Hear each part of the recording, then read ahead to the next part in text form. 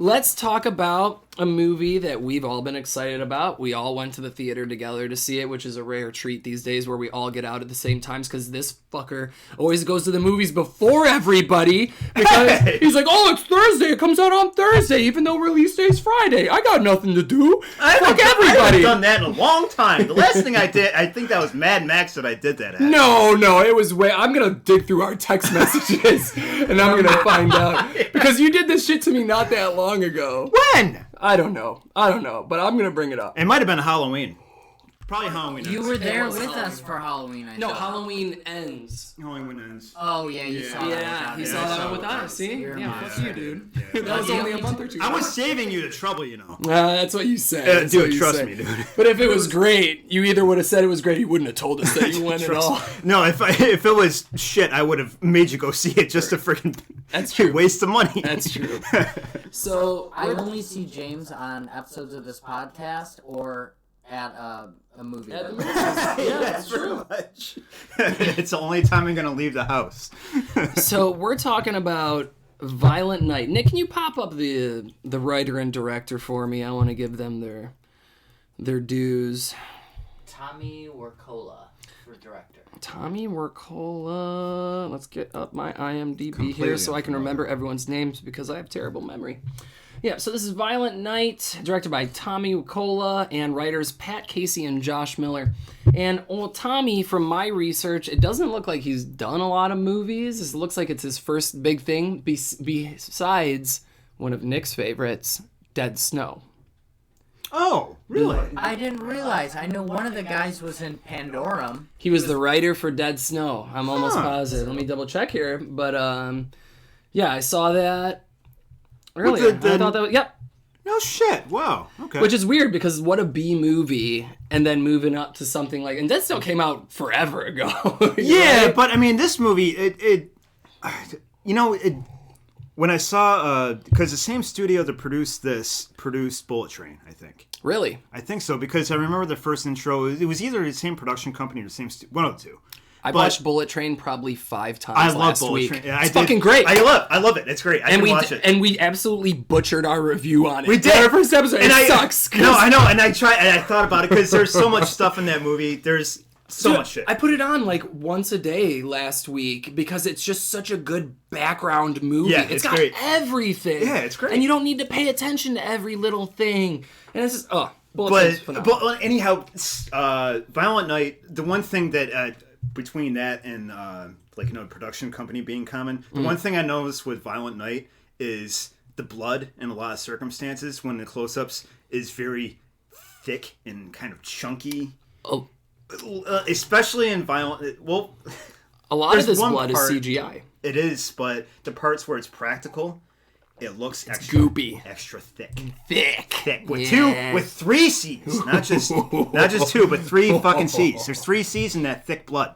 But anyhow, I digress. Violent Night. So what made this movie work, since we have a B movie director behind the wheel, is the guys that wrote the Sonic the Hedgehog movie. We're actually behind this. Really? Yeah. I did not know that. And I think both Sonic movies were great. You know, they're not like the best thing ever, but it's so much better than what you expected it to be. Right. Did you I haven't finally seen watch it? 2, but I absolutely love Jim Carrey's performance as Eggman in number 1. He's made the movie. Well, I think they nailed Sonic too, because like when you see a cartoon character come into a movie, you're like, all right, what do we expect? Right. They're gonna just do whatever the fuck they want, and that's kind of what happened initially with the original design. Oh yeah, of Sonic. people were like, "What the The fuck?" teeth or something? Yeah. They didn't. It wasn't well received. I'll put it that way. But they nailed it. I think the voice actor that did Sonic, great choice. I think his overall character, his persona, I thought it was great. Sonic the Hedgehog, watch it, 1 and 2, baby, because Knuckles in 2 is voiced by Idris Elba. Yeah. Oh, I think that's love fantastic. Him. Yeah, I think Love that's it. Any Rogue the Bat, though? What's that? Rogue the Bat? Rogue the Bat? I don't know. That might be a little racy for the kids these days. We'll have Lizzo. Lizzo. Be Rogue the Bat. The internet revolts. Or Missy Elliott. Or Missy. That's both interesting choices. But yeah, those were the writers. They did the Sonic movies, and that's how I think this worked. Because Violent Night, at its core, is, in brief, it's a movie about Santa Claus basically running around kicking ass. You see the trailer, you're like, okay, this is just Santa as Rambo doing his thing. I had a hard time at first kind of like getting on board with it because I feel like I had a hard time finding its core. Absolutely. Or like finding its tone, I guess. Right. So really quick before we get into that, so this movie is basically about Santa Claus. It's like Santa in a Die Hard movie. Santa is in a situation where he is trapped in a house with these terrorists, villains, whatever you want to call them, and they're after they're after a big chunk of money, and it's from just before we actually get into it, it's just him running around and kicking ass. Right. That's the general idea. Yeah, it's basically the whole idea that Santa has had this. I mean, since he's immortal, we can assume that he's had a very long life. And in that very long life, he has a past. Well, yeah, and up to this point, before we get there, he's just now jaded. Exactly. This Santa is also very... It's like bad. Jaded. Yeah, he's kind of... he's jaded. He's cynical. He's in a world where people don't believe in him anymore. And of course, it's perfect choice of casting to choose David Harbour. Harbour is fucking great, man. That is Hopper from Stranger Things. And what's that dumb Frankenstein thing he did on Netflix? Frankenstein's Monster Frankenstein. Oh I love it, and I told you about it. Did you watch it? I did. I thought it was hilarious. It was great. Right? It was so stupid. Like that part where he's basically like a faux Orson Welles. Yes. And he's in that steakhouse and he's eating he's talking about eating the beef Wellington. Yes. And he's just eating only the bread and leaving the meat in the trash cans.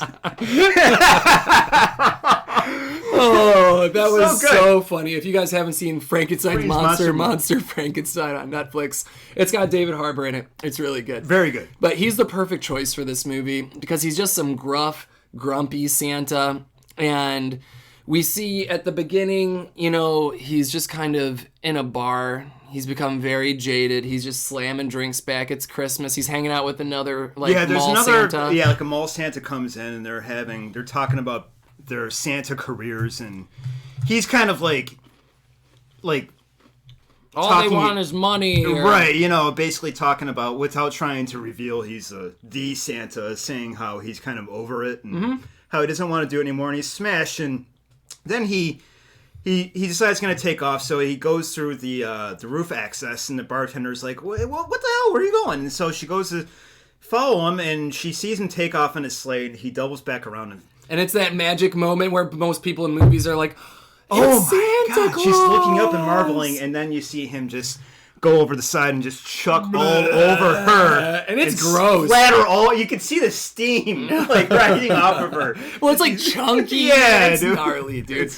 so gross. At that point, that kind of turned me off to this movie because I'm like, oh, is this the kind of humor we're going for? I'm like, is this the kind of low ball bodily fluid? Kind of 12 humor type shit. I thought we were getting into another bad Santa. Exactly. Just judging it by the first scene, that's the impression. Which bad Santa's great, but we don't need another bad Santa. No, it's already been done. But he takes off, and we get this bit of him stopping at all these houses, and it's really funny because he stops at one house and he drinks the milk in the glass. There's a little bit of milk left in the glass, and then he fills it up with bourbon or some shit. God, dude, and it's was cloudy. And milky. My God, that was so messed up. I was watching them gagging. I heard Nick audibly next to me go, ugh. Oh my God, that was so rough. Because there's he's pissed because it's skim. Yeah, he's pissed because it's skim milk, and then he dumps it in the flower pot, and there's still a little bit of, how milk is. There's always going to be some milk in there, and he just fills it up with bourbon. And he's just like, oh God, it's fucking milky, dude. Yeah. It's so gross, so gnarly. So I think at that point we basically cut to our main characters of the movie, where it's a young girl and her mother waiting in a car, and the father eventually comes. And it's very clear that the mother and father, they're either separated or they're at mid-divorce or something like that. Things aren't, it's a broken family. Right. Fracturing family, I guess you could say.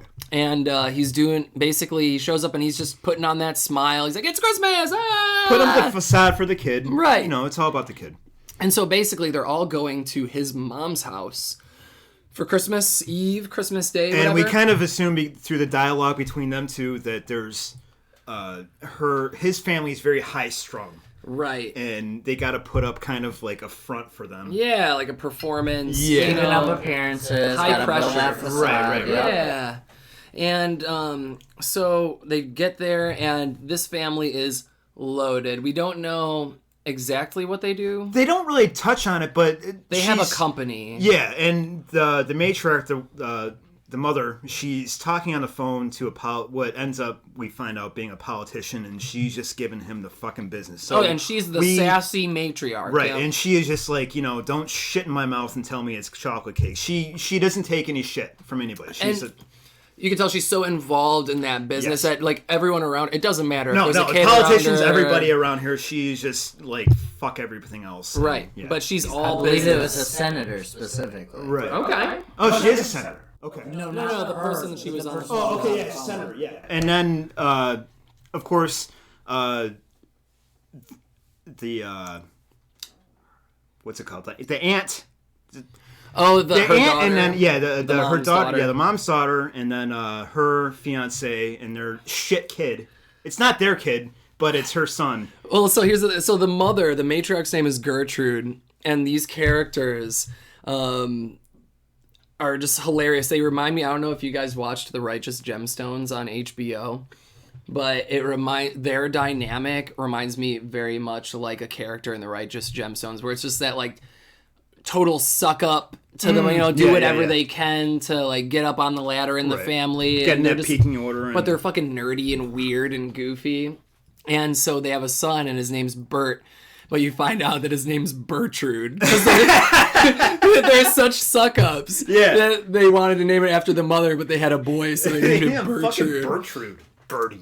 So that was funny.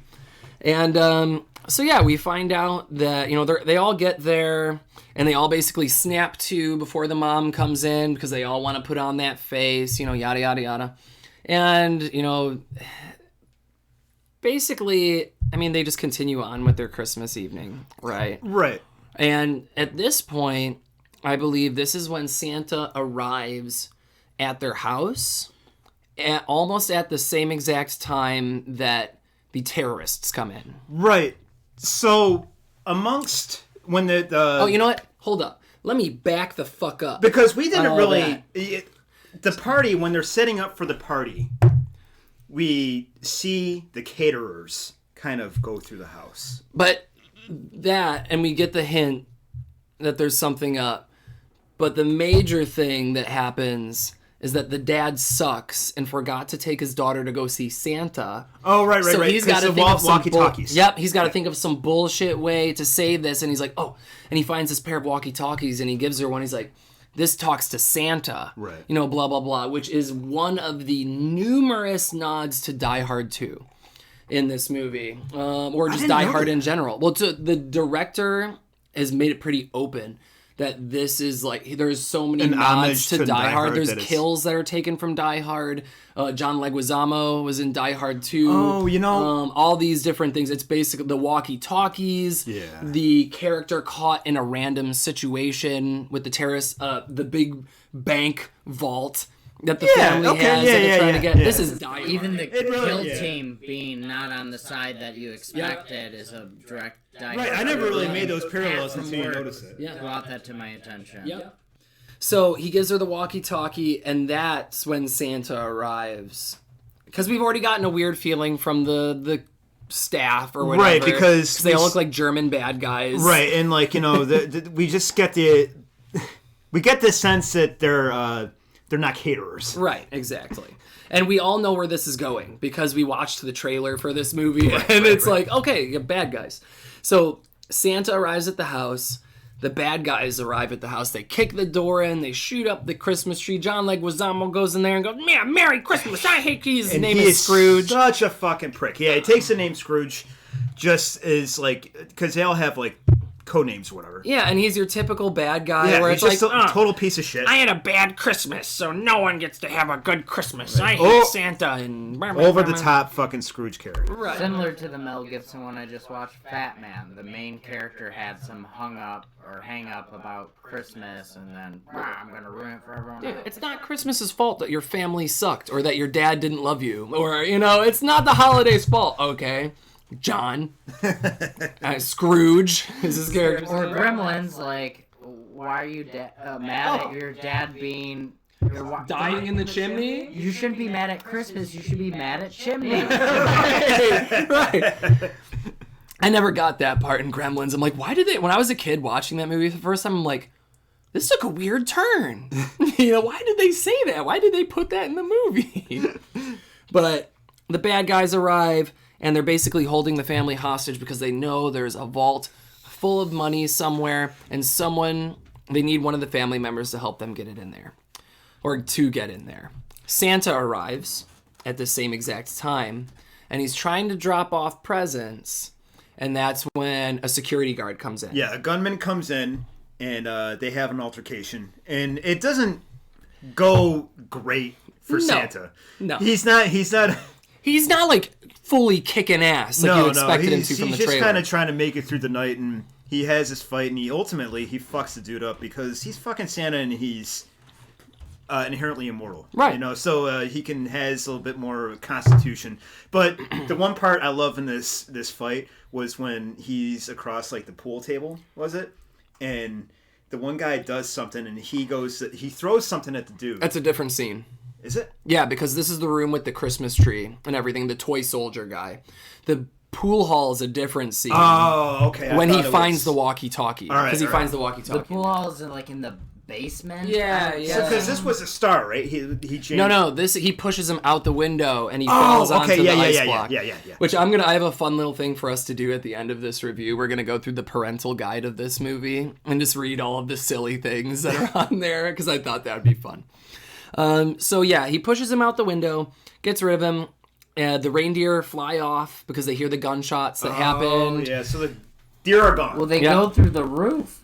Yeah, well, the gunshots go through the roof, the reindeer fly off, and Santa's got it under control at this point, kind of, sort of, and that's where he continues creeping through the house.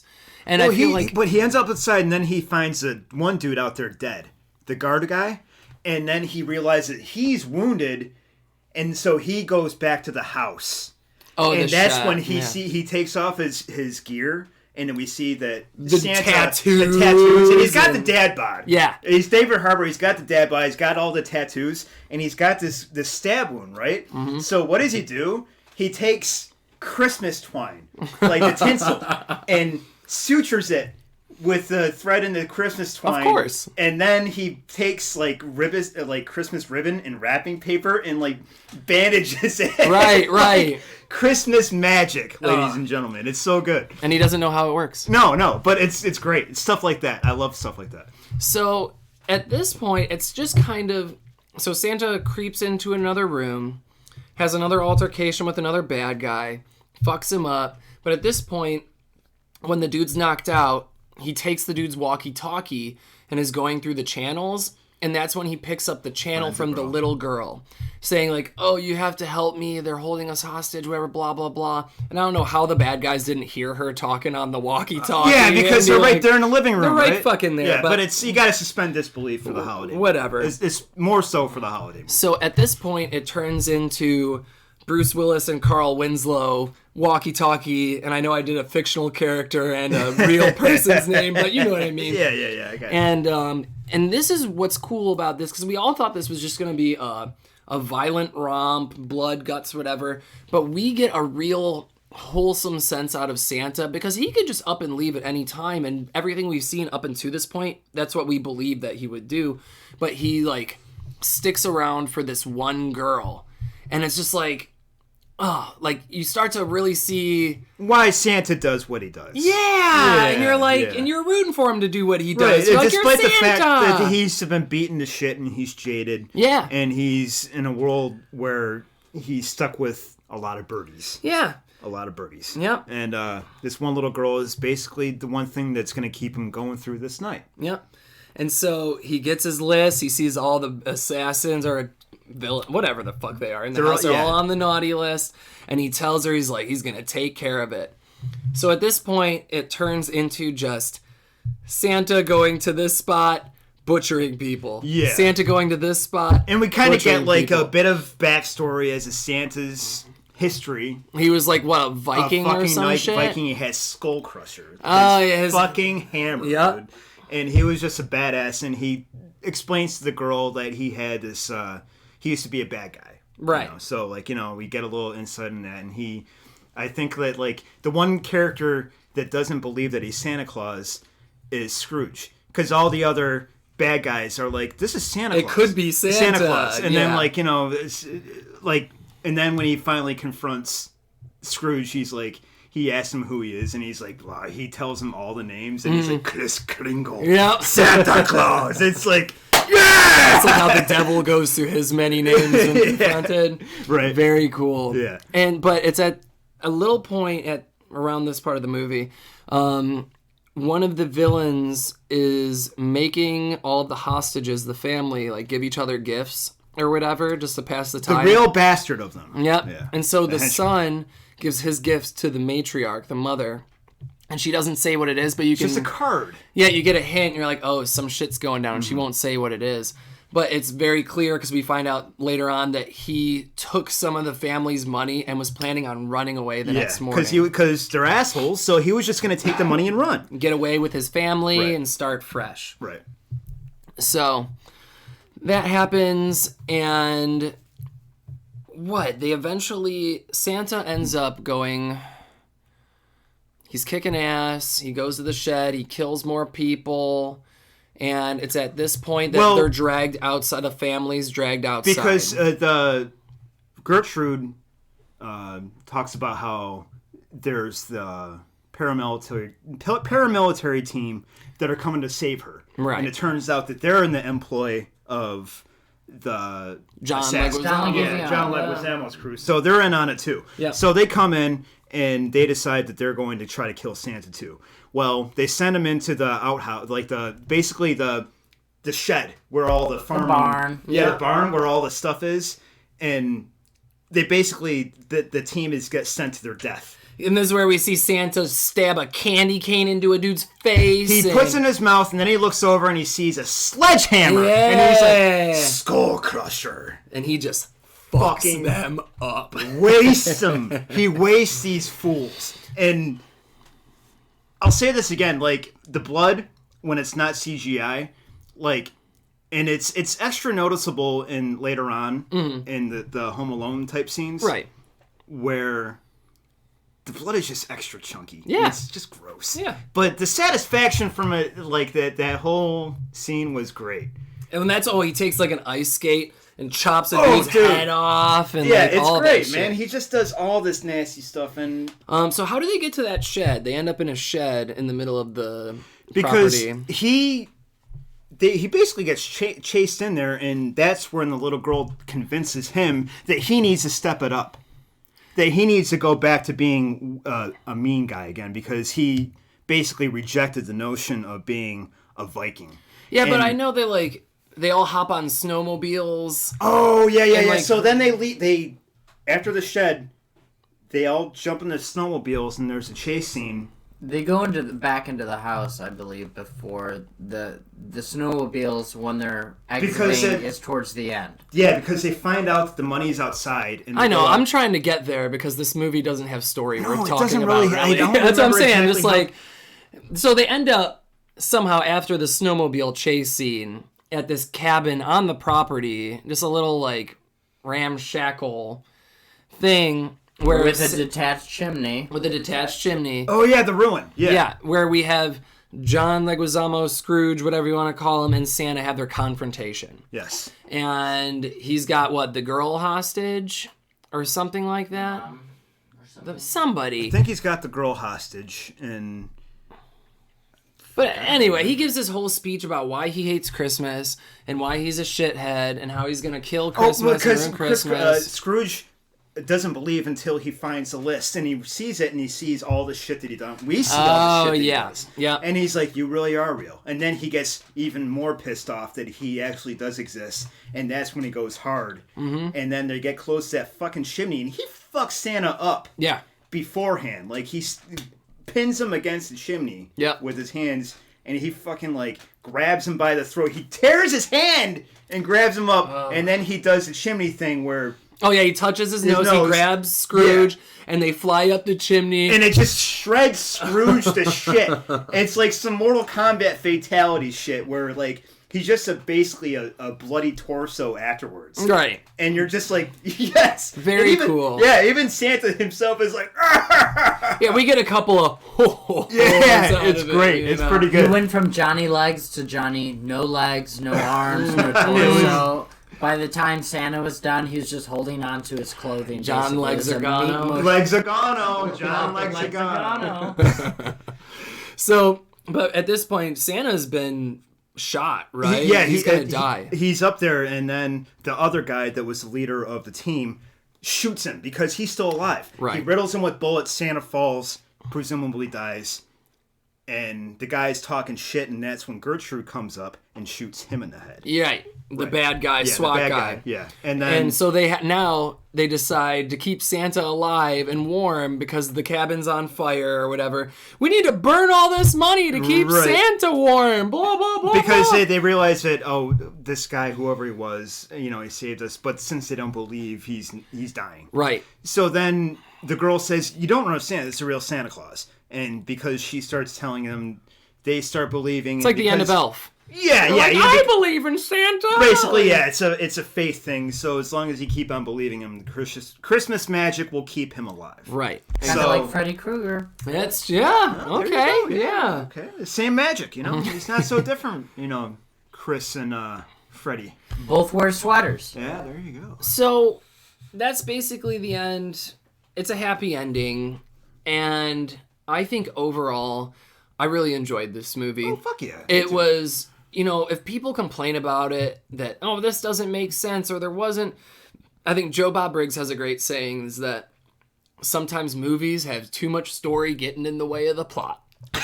Which means just let the movie be the movie. Yeah. And that's how some of the best movies are made, and that's why I think this basically was a cult classic in the making, just because it is what it is. It's a Rambo Santa movie, Die Hard Santa movie, whatever you want to call it, and it dished out exactly what it told you it was going to, with a really heartwarming, heartfelt, just kind of...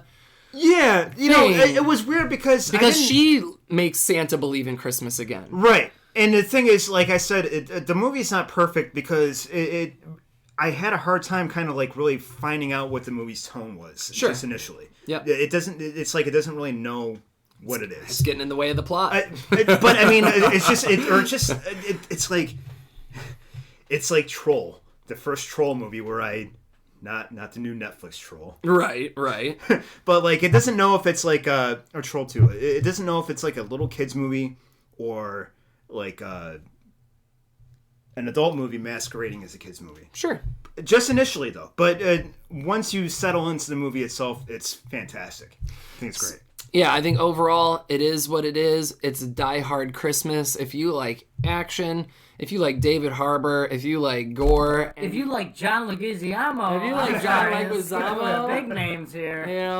It's all in there, and it was just fun. Yeah, and that's all it needed to be. So I would like to take a moment to look at this silly parental guide on IMDb and rattle off some of the violence and gore section, which is the highest one on here. Severe. Let's see. A man is shot and killed by a large squad team outside. Villain shoots a security guard. A man's eye is struck with a Christmas ornament with no blood. The ornament is then electrocuted. A man falls victim to a booby-trapped ladder. He walks down on a loose step and it breaks and slides down the ladder, and a needle strikes him through the mouth. A man is stabbed with an icicle and blood is briefly shown. A teen boy... Oh, that's whatever. Man falls out the window on a large upward-facing icicle and is impaled through the torso. A man is pulled into a snowblower and shredding off screen. People are killed with a sledgehammer. And followed up with, this movie references farts and anuses. Well, and by the way, there's butthole. Anuses, damn it! Ah! Enough! When will the liberal agenda end? Oh, man. So... Does this get us to our point where we can discuss our favorite kills? Oh, sure. Yeah, absolutely. What was your guys' favorite kills? Line them up for me. James, you first. Well, honestly, there were probably a lot that were in that, the farm... not the farmhouse, but the shed that... Scene. Yeah, that I probably would have forgotten about, that I probably would have appreciated a lot more if I had a recap. Right. But... Chimney just dismemberment was pretty great. That was excellent. Because it was kind of slow, too. Yeah. It wasn't... you heard him scream as he was going up, like, that sucks. Other than that, I would say maybe... what was the other one? See, my shit is like, it wasn't so much the kills... It's more the stuff that would just really hurt. Right. And a kill's a kill. Okay, I was going to say the Home Alone stuff. I completely... Nailed through the jaw and how they all reacted. It was so... We're like, oh my God. Because it's just like, dude, that's such a... you ever, like... I don't know if you've ever done this, but sometimes if I'm yawning really hard, I'll overextend my tongue. It's because we're old. Yeah. And it hurts your neck. Yeah, you're like, what the fuck? Yank your neck out. Dude. Like, dude, it's like, you can imagine that. Oh, no, dude. Oh. How about you, Space Boy? I'd say my favorite kill, not that we got to see much of it, but the implication, was probably the snowblower. Okay. The chimney was a great final boss kill finale. And like we were just talking about, the nail. Just because it just gave you the heebie-jeebies. Yeah, it wasn't was just so over. bad. Because then the bullet, there's... But wait, there's more kind of element to it. Yeah. That guy got it really bad. I feel like... Yeah, that's the thing for me. It's like not even the kills. It's like when you see that dude get his hand destroyed by a sock full of pool balls, and I'm like, when broken bone stuff like that, that's where I'm like, yeah, because they had the sound effects and everything, which is just like snapping spaghetti noodles or something. It's never that aggressive. Celery. Right, exactly. Yep, yeah, absolutely. Well, our Foley artists, tell us, what do you use for broken bones in the comments below? Celery. So celery's good. Celery's a good one. Overall, what do you boys think about Violent Night? Closing out, highly suggest it, kind of suggest it. Stick with it. I think that at first you might be like, okay, it's whatever, but it's pays off so good. It's a great movie. Thumbs up. Krampus was my favorite movie, Christmas adult movie of last year. I'd say Violent Night's my favorite holiday movie of this year. Very fair. I would agree with you guys. I think it was pretty good. I just think everyone needs to not get such high expectations for movies, especially when you see the trailer for this, you know what you're walking into. Right. So don't go in there thinking it's going to be some Shakespeare shit, because it is what it is. And I had an absolute blast going in and seeing this movie, and I'll probably end up buying it or watching it again or something. It'll be a holiday classic that will be watched from now on. Yeah, I think it's a good staple. Yeah. I think it'll be a staple. All right, let us know what you think about Violent Night down in the comments below, and don't forget to like and subscribe while you're doing it. I want to know what you think. And that is about it for our holiday special. That wraps it up. I guess we'll probably see you guys after the holidays. Absolutely. Like I said, we wanted to get this done and out of the way before everyone else makes their Christmas videos that are better than ours, that get piled on top and everything. Thank you all so much for watching. Don't forget to like and subscribe to boost our ego and get us there. We're trying to get there. I know we're called Unpopular, but we're trying to get there. So as a Christmas gift to us, just drop a like, drop a comment, click that button, and help us make it happen. That's Merry Christmas and Happy Holidays from each one of you, starting with you, Larry. Merry Christmas and Happy Holidays from here. No, I fucked that up. Let me do it again. Merry Christmas and Happy Holidays from here at Unpopular, the Pop Culture Podcast. James? Merry Christmas from here at... I fucked it up for everybody! Merry Christmas from the Unpopular Podcast. There you go. Merry Christmas and Happy Holidays from the Unpopular Podcast. Also, make sure to stay tuned / catch up on old episodes of the Tape Tomb, as well as Airlock Shock. That's right. Because we got Christmas you know what? We have episodes for every holiday, I think, at this point, after a year of Nightmare Fuel. So I just want to close with Merry Christmas. Merry Christmas. Bing, bing, bing, bing, bing, bing, bing. See you on the next one. Last Christmas, I gave you my heart. All right.